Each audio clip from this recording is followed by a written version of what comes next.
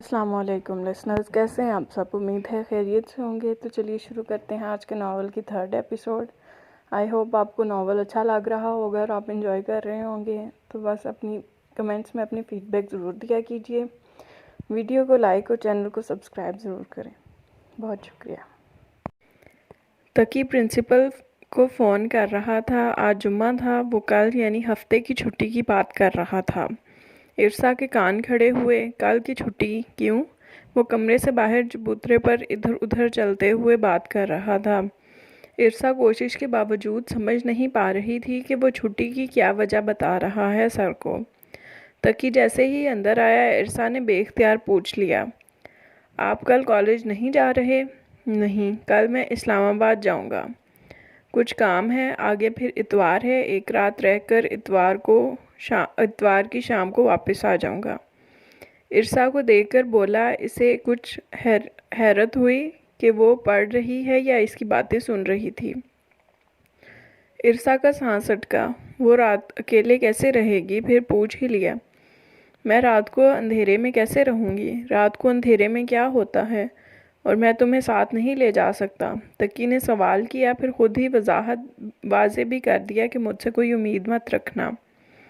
ارسا کو کچھ سمجھ میں آ رہی تھی بات۔ جب پہلے دن تقی نے کلاس میں آ کر اپنا مختصر سا تعارف کرایا تھا، تب اس نے بتایا تھا کہ اس نے اسلام آباد میں تعلیم مکمل کی ہے اور اس سے پہلے وہاں ہی جاب کر رہا تھا۔ جب پرنسپل صاحب نے اسے یہاں آنے کا کہا تھا، یہاں تعلیم کا بہت رجحان اور تعداد بھی کافی زیادہ تھی۔ اگر وہ یہاں آ جائے تو یہ اس کے لیے اور یہاں کے اسٹوڈنٹس کے لیے اچھا رہے گا۔ اگر اس نے اسلام آباد میں ہی پڑھا تھا اور وہاں ہی جاب بھی کرتا ہے تو امکان تھا کہ اس کا خاندان بھی وہیں ہی ہوگا۔ اس لیے وہ ارسا کو وہاں نہیں لے جانا چاہتا تھا۔ شاید تقی کی فیملی سے قبول نہ کرے۔ یہ بھی ممکن تھا اس نے ابھی تک ان کو اس بارے میں کچھ بتایا ہی نہ ہو، یا جو بھی تھا، مگر ارسا فی الوقت اس بارے میں کچھ سوچنا نہیں چاہتی تھی۔ وہ رات کو اکیلے نہیں رہ سکتی تھی۔ وہ چاہتی تھی تقی بھی اس بات کو سمجھے، مگر ارسا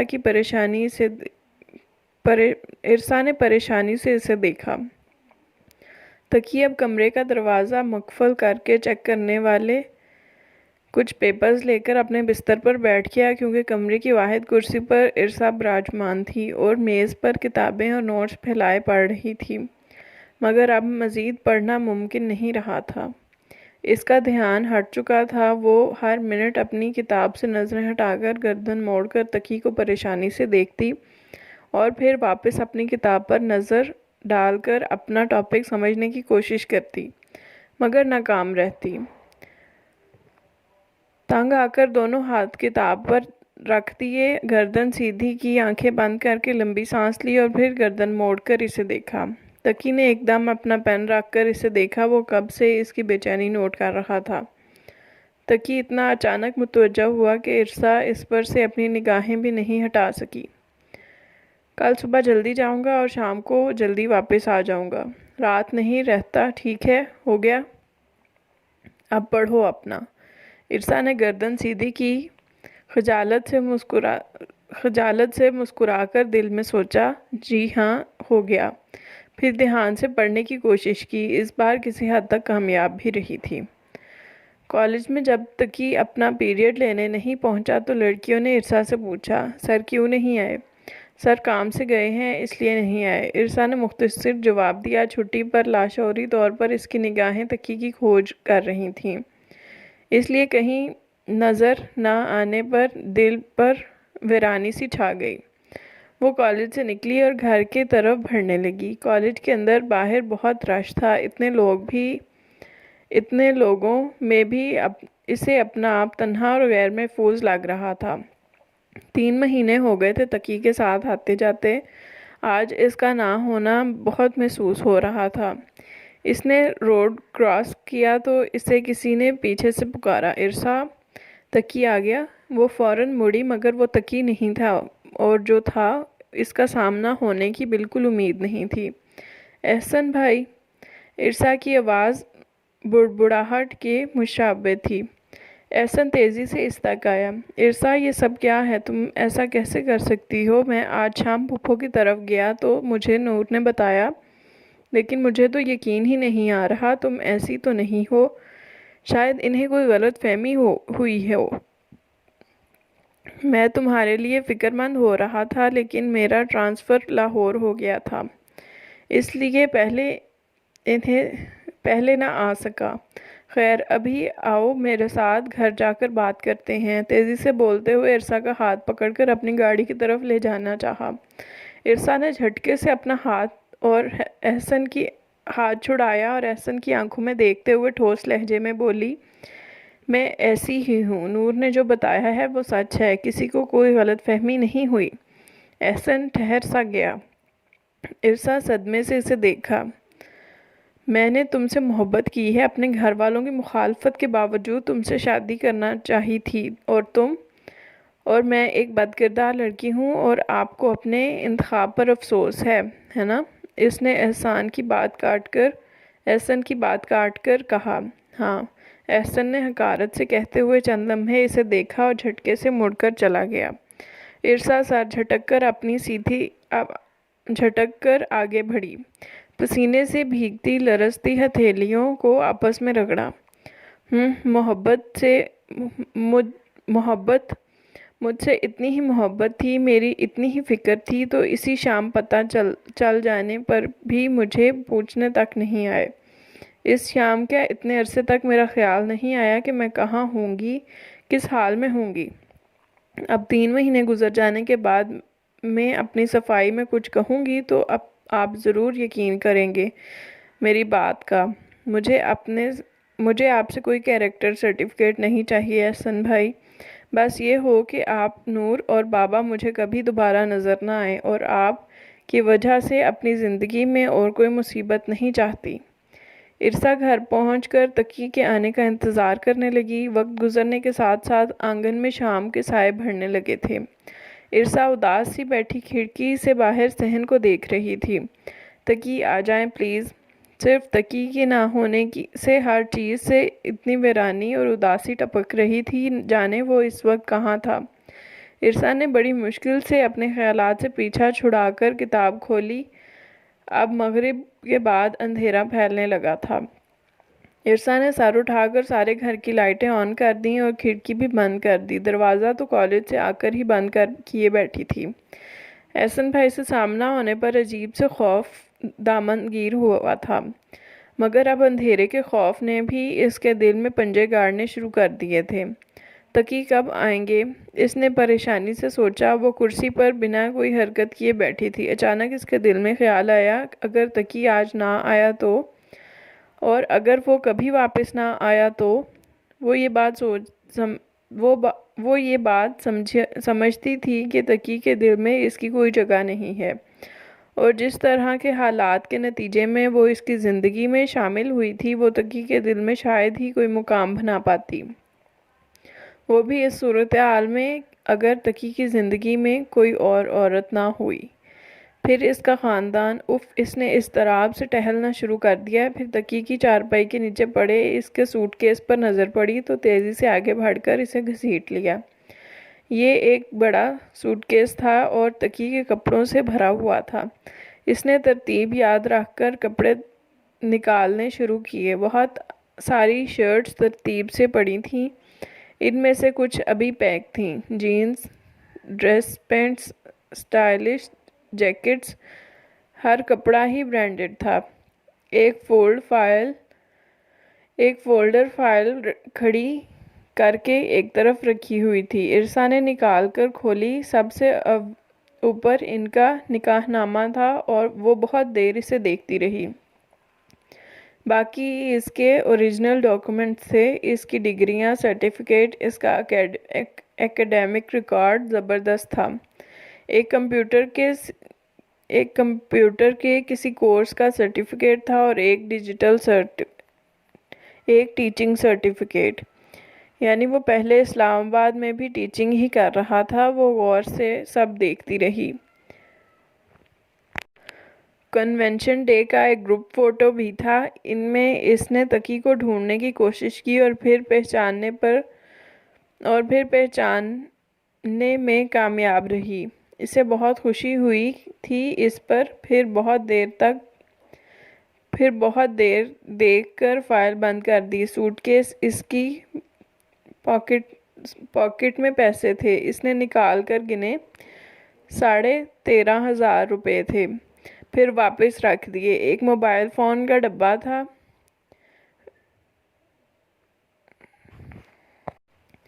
پاکٹ پرفیوم، گھڑی اور باہر کھٹکے کی آواز پر ارسا کا دل اچھل کر حلق میں آ گیا۔ اسے ساری ترتیب بھول گئی۔ بجلی کسی تیزی سے ہاتھ سوٹ کیس بند کرنے میں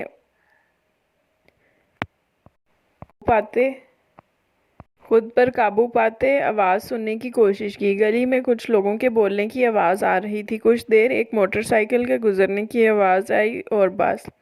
ارسا نے پھر سے سوٹ کیس کھول کر کپڑوں اور دوسری چیزوں کی ترتیب دیکھی اور پھر کچھ مطمئن ہو کر بند کر دیا۔ پھر بے ارادہ ہی واش روم جا کر دیکھا۔ وہاں تقی کی ایک قمیض تھی جو اس نے کل اتاری تھی۔ تقی ایک شرٹ ایک ہی دن پہنتا تھا۔ ارسا تقی کی قمیض لے کر اپنی چارپائی پر آ بیٹھی اور منہ پر رکھ کر لیٹ گئی۔ آہ، تقی کی خوشبو! آہستگی سے مسکرائی۔ یہاں سب سے قیمتی ایک تقی ہیں اور ان کی ذاتی استعمال کی چیزیں۔ پھر سوچا، میں بھی کتنی پاگل ہوں نا۔ اگر تقی نے واپس نہ آنا ہوتا تو اپنی ساری چیزیں اس طرح چھوڑ کر جاتے، اور اگر وہ مجھے کہتے ہمیشہ کے لیے جا رہا ہوں تو میں انہیں روک سکتی تھی بھلا؟ سر جھٹکا۔ اتنے میں عشاء کی اذان ہونے لگی۔ دفعتاً وہ چونکی، قمیض منہ سے ہٹائی اور اٹھ کر بیٹھی۔ باہر تو رات ہو گئی ہے۔ اب رات اور اندھیرے کا خوف اس پر حاوی ہوا۔ اس کا حلق خشک ہو رہا تھا۔ اس کو لگا کچن میں کوئی ہے، اسے دیکھ رہا ہے، اور اس کے جسم میں اتنی طاقت بھی نہیں رہی تھی کہ وہ اٹھ کر کچن کا دروازہ بند کر سکے۔ اس نے اپنی سوچ کی وجہ سے پیدا ہونے والا خوف کا نتیجہ تھا۔ اگلے لمحے وہ اپنی پوری طاقت صرف کرتی ہوئی اٹھی اور کچن کا دروازہ ٹھاک کے ساتھ بند کر دیا۔ خوف سے اس کا جسم پر لرزہ طاری ہو گیا تھا۔ گیٹ بجنے کی آواز آئی تو ارسا کی چیخ نکل گئی۔ ایک لمحے کے لیے اس کو لگا کہ کچن کا دروازہ بجا ہو اندر سے کسی نے، جو اس نے ابھی بند کیا تھا۔ گیٹ وقتاً فوقتاً بج رہا تھا۔ کون ہو سکتا ہے؟ میں اس وقت باہر نہیں نکل سکتی۔ واپس اپنی چارپائی پر دونوں ٹانگیں سمیٹ کر بیٹھ گئی۔ ارسا بہت دیر دروازہ بجنے کے بعد تقی نے گھبرا کر اسے آواز دی، تقی!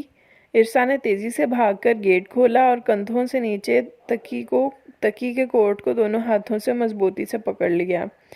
تقی نے دیکھا وہ کانپتے ہوئے رو رہی تھی۔ ارسا، کیا ہو گیا؟ دروازہ کیوں نہیں کھول رہی تھی؟ سب ٹھیک ہے؟ وہ بے حد پریشان ہوا۔ جو بھی تھا، یہ لڑکی اس کی ذمہ داری تھی۔ تم ٹھیک ہو؟ کیا ہوا؟ آخر تقی نے اس کا بازو پکڑ کر ہلایا اور زور دے کر پوچھا۔ اندھیرا ہے۔ ارسا نے، پیراگراف کے 2 الفاظ ہی بولنے ہوتے ہیں، آگے خود سمجھو۔ وہ اندھیرے سے ڈر رہی تھی۔ تقی نے سمجھ کر گہری سانس لی۔ تو صحن کی لائٹ جلائی ہوتی اور اندھیرا کہاں ہے؟ دیکھو، اتنی روشنی تو ہے چاند کی۔ ارسا نے سر اٹھا کر چاند کو دیکھا اور پھر صحن میں پھیلی میٹھی چاندنی کو۔ ہاں، واقعی اندھیرا کہاں ہے؟ اگر تقی جیسا چاند اس کی زندگی میں رہے تو اندھیرا ٹھہر سکتا ہے بھلا؟ اس نے سوچا۔ اندر چلو، سردی ہے، تقی بولا تو ارسا چونک کر پیچھے ہٹی۔ تقی نے سارے شاپنگ بیگز ایک ہاتھ میں منتقل کیے اور گیٹ بند کر کے آگے بڑھ گیا۔ دن بہت چھوٹے ہیں۔ ہر کام جلدی کرنے کے باوجود بھی میں لیٹ ہو گیا۔ اس نے چارپائی پر بیٹھ کر شاپنگ بیگز ارسا کی طرف کھسکائے۔ یہ تمہاری چیزیں۔ ارسا تقی کی طرف رخ کر کے کرسی پر بیٹھ گئی تھی۔ تقی کے ہونے سے دل میں اترنے والے اطمینان کو محسوس کرتے ہوئے جھک کر دیکھنے لگی کہ اس کے لیے کیا آیا ہے۔ اس میں سوٹ تھے، 3 بے حد خوبصورت ڈیزائنر سوٹ۔ ارسا کے اب دل میں خوشی کو سر ابھارتے محسوس کیا۔ اس کے رنگ چہرے پر بھی پھیلنے لگے تھے۔ اسے تینوں سوٹ بہت پسند آیا۔ دوسرے بیگ میں جوتے تھے، وہ نکال کر پہننے لگی تو دیکھا اس کے پاؤں گندے تھے، وہ کچھ زخمی بھی، اور وہ ننگے پاؤں گیٹ کھولنے کے لیے بھاگی تھی اور کچے صحن میں کچھ چھوٹے چھوٹے پتھر اور کنکر پاؤں میں چبھ گئے تھے۔ اب آہستہ آہستہ حواس واپس آنے لگے تو درد محسوس ہو رہا تھا۔ جوتے بھی بہت اچھے تھے مگر سائز بڑا تھا۔ تقی اپنی گردن کا پچھلا حصہ دونوں ہاتھوں سے دباتے ہوئے اسے دیکھ رہا تھا۔ عرصا نے تیسرے بیگ کو دیکھا تو وہ بول پڑا، اس میں کھانا ہے۔ تقی اپنے لیے کچھ نہیں لایا تھا، وہ تو یہاں بھی بازار سے سبزی لینے جاتا تو اپنے لیے کچھ نہ کچھ ضرور خرید کر لاتا تھا، اور اب اسلام آباد سے اپنے لیے کچھ نہیں لایا تھا۔ ناقابل یقین۔ تم نے کھانا بنایا؟ تقی نے پوچھا تو اسے یاد آیا کہ اس نے تو کالج سے آ کر کچھ کھایا ہی نہیں تھا۔ بنانا کیا تھا؟ اسے احساس ہوا اسے سخت بھوک اور سردی لگ رہی ہے۔ سردی؟ اس کی شال کہاں تھی؟ وہ بس ایک پتلا سا سویٹر پہنے ہوئے تھی۔ عرصا نے تقی کی چارپائی کے پار اپنی چارپائی کی طرف دیکھا تو اسے وہاں اپنی شال پڑی نظر آئی اور ساتھ ہی اپنے تکیے پر پڑی تقی کی شرٹ۔ او خدایا، میں کن حالاتوں میں بیٹھی ہوں؟ جواب نہ ملنے پر تقی اچھا کھانا نکالو کہتے ہوئے اٹھ کر واش روم کی طرف بڑھ گیا۔ عرصا کہنا چاہتی تھی کہ اسے یہ چیزیں بہت اچھی لگیں اور تقی کا اس طرح اس کے لیے کچھ لانا اس کے لیے بہت اہم اور خوشی کی بات ہے، مگر تیزی سے اٹھ کر شال اوڑھی اور شرٹ طے کر کے اپنے تکیے کے نیچے چھپائی۔ حد ہوتی ہے عرصا، بدحواسی کی بھی۔ کسی چیز کو حاوی تو نہیں ہونے دینا ہوتا خود پر۔ اپنی سینئر باجی، مجھے آپ کی ہر بات ہمیشہ یاد رہتی ہے، سوائے اس وقت کے جب واقعی اسے یاد رکھنے کی ضرورت ہوتی ہے۔ الشبا؟ الشبا نے نوٹ سے سر اٹھا کر پہلے سر کو دیکھا اور پھر عرصا کو۔ کیا ہے؟ سوری۔ عرصا شرمندہ ہوئی۔ سر تقی کی کلاس تھی، کچھ دیر بعد ٹیسٹ ہونے والا تھا۔ الشبا پوری طرح پڑھنے میں منہمک تھی۔ جب عرصا نے اپنے دھیان میں اسے بلایا، کوئی بات نہیں بولو؟ عرصا نے سر کو دیکھ کر آہستگی سے پوچھا۔ سر تقی کی ڈریسنگ کیسی ہوتی ہے؟ مطلب تمہیں کیسی لگتی ہے؟ عرصا کو اس وقت اپنا یہ سوال بے تکا لگا مگر پوچھ ہی لیا جو اس کے دل میں تھا۔ آواز بہت آہستہ رکھی کہ کہیں ڈانٹ ہی نہ پڑ جائے۔ تقی کی کلاس میں کوئی بولنے کی ہمت نہیں کر سکتا تھا، نہ ہی تقی خود کوئی فالتو لفظ منہ سے نکالتا۔ بہت اچھی ہوتی ہے کیوں؟ الشبا نے جواب دے کر پوچھا۔ ویسے ہی پوچھ رہی تھی یار کہ واقعی اچھی ڈریسنگ ہوتی ہے یا صرف مجھے ہی لگتی ہے؟ نہیں، اچھی ہوتی ہے، واقعی ہی اچھی ہوتی ہے۔ الشبا نے ایک لمحے کے لیے الجھ کر عرصا کو دیکھا، پھر سامنے دیکھنے لگی۔ یار پتہ نہیں کیوں مجھے سر کی ہر چیز اچھی لگتی ہے، کچھ بھی برا نہیں لگتا، یہاں تک کہ جو چیز یہ استعمال کے بعد پھینک دیتے ہیں میرا جی چاہتا ہے وہ بھی اٹھا کر محفوظ کر لوں۔ ان کا صرف آس پاس ہونا بھی سکون دیتا ہے۔ عرصا رک رک کر بولی، یعنی تمہیں سر سے محبت ہو گئی ہے؟ الشبا چہرہ بے تاثر رکھنے کی کوشش کرتے ہوئے بولی، شاید، لیکن ایسا نہیں ہونا چاہیے تھا نا۔ عرصا افسردہ ہوئی۔ کیوں؟ الشبا نے سوالیہ نظروں سے اسے دیکھا۔ یار مانا کہ ہم ایک دوسرے کے نکاح میں ہیں مگر پتہ نہیں یہ رشتہ قائم بھی رہے گا یا نہیں۔ ہمارے درمیان بہت فاصلہ ہے، میں اتنے عرصے سے ان کے ساتھ ہوں مگر پھر بھی ابھی تک ان کے بارے میں کچھ نہیں جانتی۔ کچھ بھی نہیں؟ نہیں پر زور دیا گیا۔ پتہ نہیں کل کیا ہونے والا ہے، پھر بھی مجھے یہ دل کے قریب کیوں محسوس ہوتے ہیں۔ عرصا نے آنکھیں میچ کر کھولیں۔ ایسا نہیں ہونا چاہیے تھا نا؟ اس کے آواز بھیگ رہی تھی۔ الشبا پر واضح ہوا کہ عرصا تقی کو کھونا نہیں چاہتی، وہ چاہتی ہے کہ یہ رشتہ قائم رہے گا۔ اگر خدا نخواستہ یہ رشتہ قائم نہ رہا تو اس کی دوست کا صرف گھر ہی نہیں دل بھی اجڑتا، اور اصل میں دل کے اجڑنے کا مطلب بھی دنیا اجڑنا ہوتا ہے۔ الشبا اسے خود کو مضبوط کرو، ایک انسان پر دنیا ختم نہیں ہوتی ٹائپ کی کوئی نصیحت نہیں کی۔ اس کی بجائے اس نے عرصا کے ہاتھ پر اپنا ہاتھ رکھ کر دبایا۔ سنو ارسا، ایسا ویسا کچھ نہیں ہونے والا، پتہ ہے کیوں؟ ذرا توقف کیا۔ کیوں؟ کیونکہ میں تمہارے لیے بہت دعا کرتی ہوں، اور پتہ ہے نا دعاؤں میں کتنی طاقت ہوتی ہے۔ تم بھی دعا کرو، دل میں برے خیالات کو جگہ مت دو، اللہ پر بھروسہ رکھو۔ الشبا کے دلاسا دینے کا انداز اتنا اچھا تھا، وہ اتنے پریقین لہجے میں بولی تھی کہ ارسا کے دل کا بوجھل پن ایک دم ختم ہو گیا۔ دونوں ایک دوسرے کی طرف دیکھ کر بھرپور انداز میں مسکرائیں، مگر تقی کے ڈر سے جلدی ہی مسکراہٹ کا گلا گھونٹ کر اپنے نوٹس کی طرف متوجہ ہونا پڑا۔ 2 مہینے اسی طرح گزر گئے تھے جب کالج کا 2 دن کا ٹور پلان ہوا، لیکن تقی نے 2 دن کی مزید چھٹی لی اور ارسا کو لے کر اسلام آباد آ گیا۔ ارسا نے جب تقی سے ٹور کا پوچھا تو وہ الٹا تقی نے اس سے سوال کیا، کیا تم ان لوگوں کے ساتھ ٹور پر جانا چاہتی ہو جو ہمیں کالج میں بھی اپنا وقت سکون سے نہیں گزارنے دیتے؟ اس پر ارسا خاموش ہو گئی۔ ارسا پہلی بار تقی کے خاندان سے ملنے والی تھی، جانے سب کا رد عمل کیا ہوتا۔ وہ پریشان تھی کہ اسے کوئی آسانی سے قبول نہیں کرے گا۔ ایک طرف وہ جاننا چاہتی تھی کہ تقی کا اصل کیا ہے، اس کی فیملی کیسی ہے، وہ پہلے کہاں اور کس طرح رہا کرتا تھا، اس کی زندگی میں کون کون ہے۔ مگر دوسری طرف خوف زدہ بھی تھی، رد کیے جانے کا خوف، بے عزت کر کے تقی کی زندگی سے الگ کیے جانے کا خوف۔ وہ اس طرح بے دخل اور بے گھر نہیں ہونا چاہتی تھی، مگر آج یا کل یہ تو ہونا ہی تھا۔ ارسا نے سارا سفر انہی سوچوں میں گم رہتے طے کیا تھا، اور اب اسلام آباد کے ایک بے حد خوبصورت 2 منزلہ گھر کے سامنے کھڑی تھی۔ تقی کے گھر داخل ہوتے ہی اس کی ٹانگیں بری طرح کانپنے لگی تھیں۔ تقی بار بار مڑ کر اسے دیکھتا، لیکن وہ بہت آہستہ آہستہ قدم اٹھا رہی تھی۔ وہ بالآخر جھنجھلا کر بیگ اٹھا کر آگے بڑھ گیا۔ ارسا کے سامنے 3 سیڑھیاں اور آگے داخلی دروازہ تھا جہاں تقی ابھی داخل ہوا تھا۔ دروازہ آہستہ آہستہ خود ہی بند ہو رہا تھا۔ اندر تقی کی پرجوش آواز کے ساتھ کسی عورت کی آواز سن کر ارسا کا دل اتنی زور سے دھڑکا کہ اسے اپنے سینے میں دل کے مقام پر باقاعدہ درد محسوس ہوا۔ اسے وہ دن یاد تھا جب وہ اسی طرح اپنے باپ کے ساتھ یوں ہی کسی انجان اجنبی گھر میں داخل ہوئی تھی تو اسے کیا سننے کو ملا تھا۔ وہ عورت، اس کی پاک باز، اتنی خوبصورت اور اتنی مہربان ماں کے بارے میں جن الفاظ میں بات کر رہی تھی، وہ ایسے الفاظ تھے جن کی بازگشت کی وجہ سے اس کی کتنی ہی راتیں آنکھوں میں کٹی تھیں۔ چنگھاڑتی ہوئی آواز میں ارسا اور اس کی ماں کو گالیاں دیتے ہوئے اسے جانے کو کہہ رہی تھی۔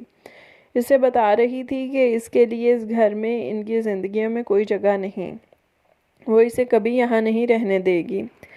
زندگی میں پہلی بار ارسا کو کسی نے دھتکارا تھا، اس کے وجود کی نفی کی تھی۔ وہ یہ تکلیف ساری زندگی بھول سکتی تھی،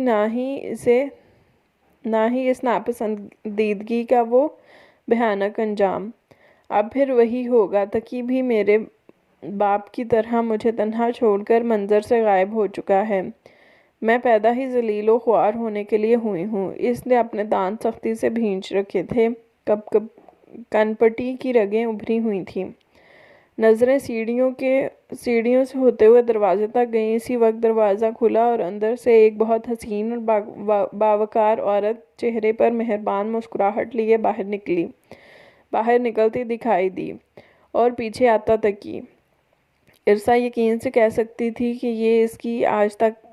کہ اس نے آج تک اتنا خوبصورت اور پرنور چہرہ نہیں دیکھا تھا۔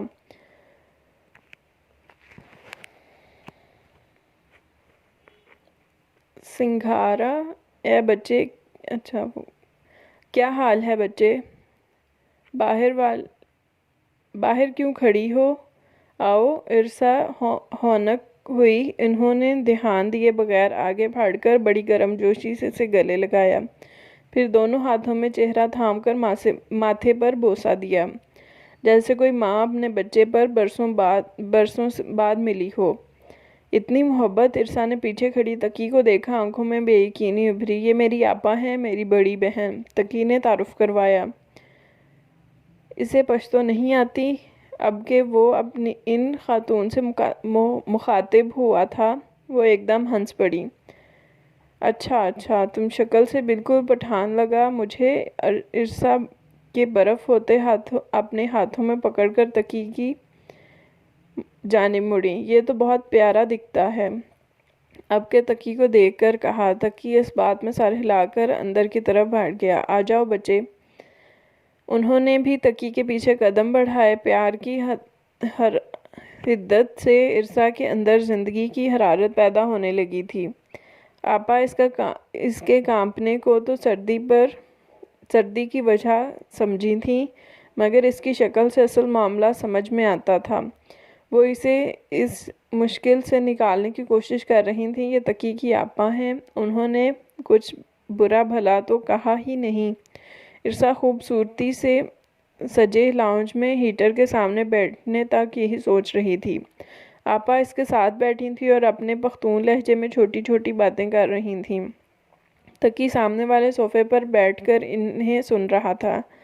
تقی کی اردو بہت اچھی تھی، لیکن پھر بھی جب وہ بولتا تو سننے والے کو اندازہ ہو جاتا تھا کہ وہ پٹھان ہے۔ یہ سب ارسا کی سوچ کے برعکس بہت اچھا تھا۔ تقی کے گھر کا کوئی فرد اتنا اچھا بھی ہو سکتا ہے، یہ واقعی ارسا نے ایک لمحے کے لیے بھی نہیں سوچا تھا۔ آپا کے علاوہ دلشاد سے تعارف ہوا، وہ ان کی ملازمہ تھی۔ آپا نے ارسا سے اس کے خاندان کے بارے میں کوئی سوال نہیں کیا تھا۔ پتہ نہیں تقی نے ان کو کیا بتا رکھا تھا۔ دونوں کو بہت سا کھلانے پلانے کے بعد وہ ارسا کو ایک بیڈ روم میں چھوڑ گئی تھیں کہ وہ یہاں آرام کرے۔ ارسا کتنی ہی دیر تحیر کے عالم میں بیڈ پر بیٹھی رہی۔ تو یہ تقی کا خاندان ہے جس کا وہ خیال اگر سوتے میں بھی آتا تو خوف اور ڈر کی وجہ سے اس کی نیند اڑ جاتی۔ بیٹھے ہوئے آتا تو کھڑی ہو جاتی، کھڑے ہوئے آتا تو رگ و جاں میں اضطراب دوڑ جاتا۔ یہ کوئی خواب تو نہیں ہے، یا کسی خواب کا خوبصورت حصہ، اور کچھ ہی دیر میں وہ خواب کے بھیانک حصے میں داخل ہونے والی ہے۔ وہ بہت وقت انہیں سوچوں میں گم رہی، پھر کسی نے کمرے کا دروازہ کھٹکھٹایا تو وہ چونک کر حال میں واپس آئی۔ یہ دلشاد تھی جو اسے کھانے کے لیے بلانے آئی تھی۔ ارسا کو حیرت ہوئی۔ کھانا اب تیار ہوا ہے تو کچھ دیر پہلے جو اتنا کھایا تھا وہ کیا تھا؟ اسے بالکل بھوک نہیں تھی، مگر باہر تو جانا ہی تھا۔ اس نے سوچا شاید کھانے کی میز پر کسی اور سے تعارف ہو، مگر وہاں تقی اور آپا تھے۔ یہاں آئے ہوئے انہیں آج چوتھا دن تھا۔ ان 4 دنوں میں اس نے آپا کے ساتھ اسلام آباد دیکھا تھا اور آپا نے ڈھیروں شاپنگ بھی کرائی تھی اسے۔ وہ شکر منا رہی تھی کہ اس کی کچھ دن اپنے بدمزہ کھانوں سے جان چھوٹی۔ کبھی نمک مرچ زیادہ، کبھی کم، کبھی ہانڈی سے عجیب کچا سا ذائقہ آنے لگتا، روٹی اکثر جل جاتی۔ اس نے تقی کی برداشت کو سلام دیا۔ اسے یہاں دوسری صبح ناشتے کے واقعہ یاد آیا۔ قیمے کے پراٹھے بننے تھے اور وہ اور آپا ناشتے کی میز پر بیٹھی تھی جب تقی باہر آتا دکھائی دیا۔ شاید واک کر کے آیا تھا۔ آپا نے اسے ساتھ ناشتہ کرنے کو کہا۔ میں فریش ہو کر آتا ہوں کہہ کر اوپر چلا گیا۔ دلشاد نے تقی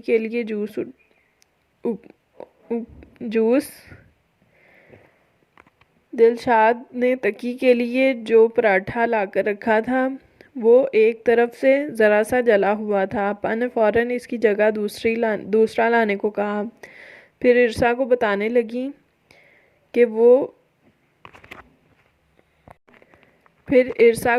لگی کہ تقی کھانے کے معاملے میں بہت نقص نکالتا ہے، اس کو بہت کم چیزیں پسند آتی ہیں۔ جلا ہوا پراٹھا دیکھ کر تو وہ ناشتہ کیے بنا ہی اٹھ جاتا ہے۔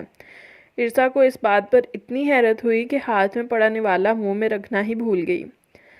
تقی تو سب کچھ کھا لیتا تھا، پھر یہ کس تقی کی بات کر رہی تھی؟ آپا نے اسے خاندانی تصویروں والا البم دکھاتے ہوئے سب کے بارے میں تفصیل سے بتایا۔ یہ 4 بہن بھائی تھے، سب سے بڑی آپا، پھر ولی بھائی، پھر زرمینے اور آخر میں تقی۔ تقی بہت چھوٹا تھا جب ان کے والد کی وفات ہو گئی تھی۔ آپا نے ہی تقی کو پالا اور وہ انہیں اکثر مورے کہہ کر بلاتا تھا۔ تقی کی چھوٹی بہن زرمینیں ان لوگوں سے اگلی صبح ملنے آئی تھی۔ ان کے انداز میں بڑی آپا جیسی گرم جوشی تو نہیں تھی مگر سرد مہری بھی نہیں تھی، بس سادہ سا انداز تھا جیسے پہلی بار کسی سے ملنے پر اکثر لوگوں کا ہوتا ہے۔ وہ بھی شادی شدہ اور بچوں والی تھیں۔ ان کا ایک بڑا خاندان تھا۔ وہ بس تھوڑی دیر بیٹھ کر چلی گئی تھیں، پھر ابھی تک نہیں آئی تھیں۔ ولی بھائی آسٹریلیا میں اپنی فیملی کے ساتھ مقیم تھے اور آپا کے دونوں بیٹے بھی وہاں ہی ماموں کے ساتھ رہتے تھے، اپنی تعلیم مکمل کر رہے تھے۔ آپا کے شوہر کا انتقال ہوئے 2 سال ہو گئے تھے۔ ان کا بھائی گھر سوات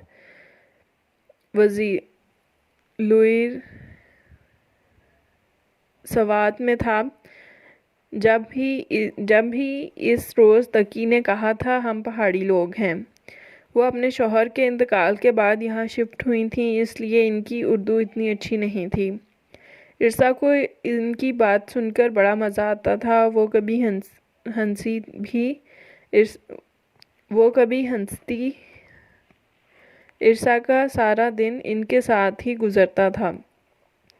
وہ ان سے ہر بات کر لیتی تھی، بالکل ایسے جیسے اپنی ماں سے کیا کرتی تھی۔ اس وقت ارسا لان میں بیٹھی یہاں گزرنے والے وقت کو سوچ رہی تھی اور تقی ٹیرس پر کھڑا اسے دیکھ رہا تھا۔ ارسا نے سفید سوٹ اور جینز کا سٹائلش سا جیکٹ پہن رکھا تھا، بالوں میں جوڑا جو اب تقریباً کھل چکا تھا۔ دوپٹہ بس بائیں بازو پر ذرا سا ٹکا ہوا تھا اور باقی سارا نیچے گھاس پر پڑا تھا۔ گود میں میگزین رکھے کرسی کی پشت سے سر ٹکائے آنکھیں موندے بہت سکون اور اطمینان سے بیٹھی تھی۔